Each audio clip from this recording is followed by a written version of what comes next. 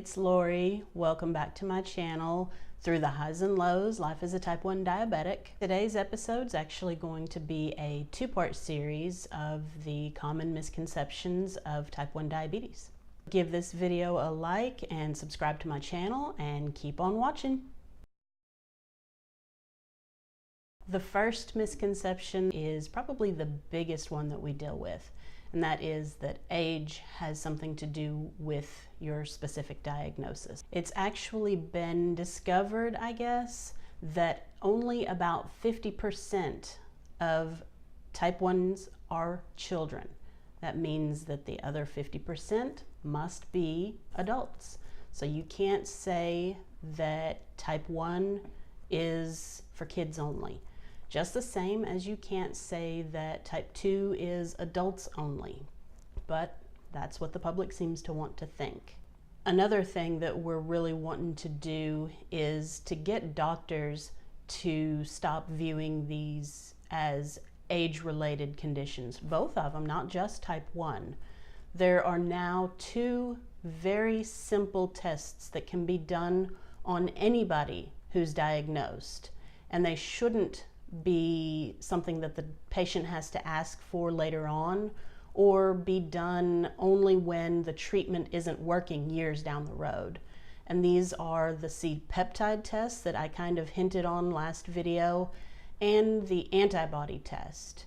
But still, even now in 2018, these tests are not done as the first course of action whenever diabetes is diagnosed.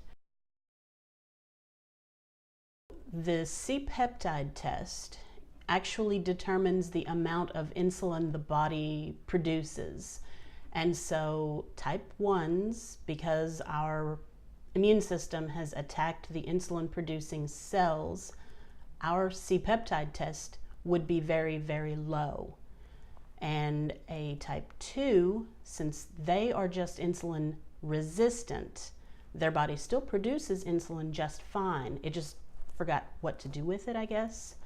Theirs is actually high. And then there's the normal people who don't have diabetes, and theirs is normal.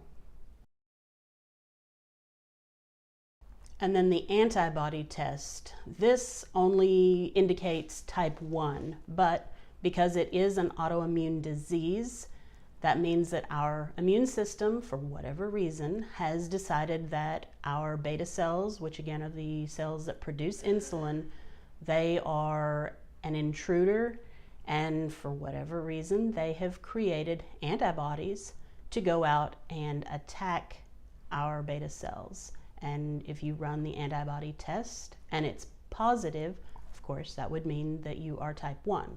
A type 2 would not have the antibodies, therefore you would be able to determine which type you have. There's been a push recently, and I've been very actively involved in this, to actually rename both types of diabetes away from something that makes them sound like they're related, because these conditions are not at all the same. The next misconception actually has a saying from people that are not familiar with diabetes that irritates a lot of the thinner diabetics, and that is, you don't look diabetic. I mean, I don't know. What does a diabetic look like? Most people think because type 2 comes with a stigma of only being obese people, that must carry over to type 1 as well. That's anything but the truth. You can be anorexic and still be type 1. You may or may not be type 2, but type 1 has absolutely nothing to do with size. So if you think somebody doesn't look diabetic, think again. Next topic is kind of similar to the previous one, and that is that sugar or fast food is what causes diabetes.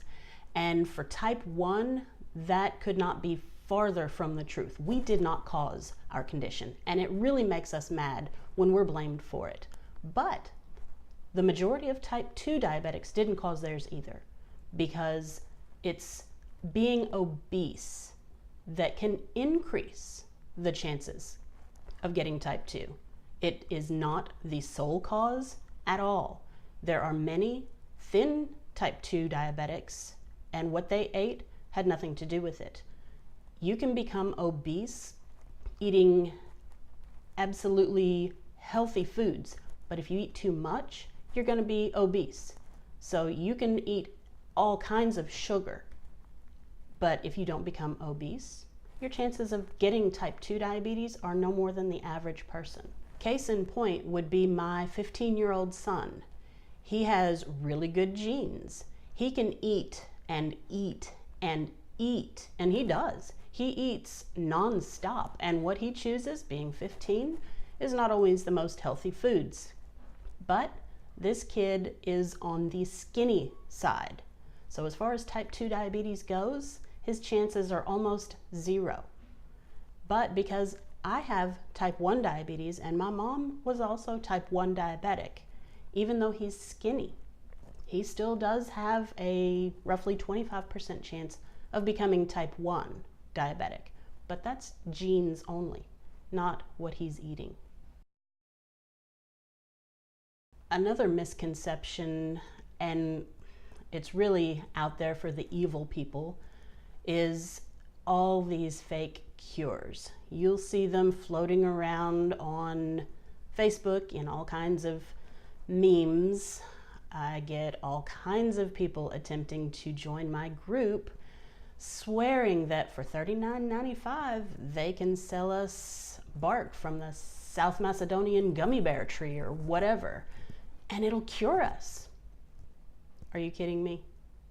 These people are just out to take advantage of our condition, because 2018, there is still no cure for type 1 diabetes.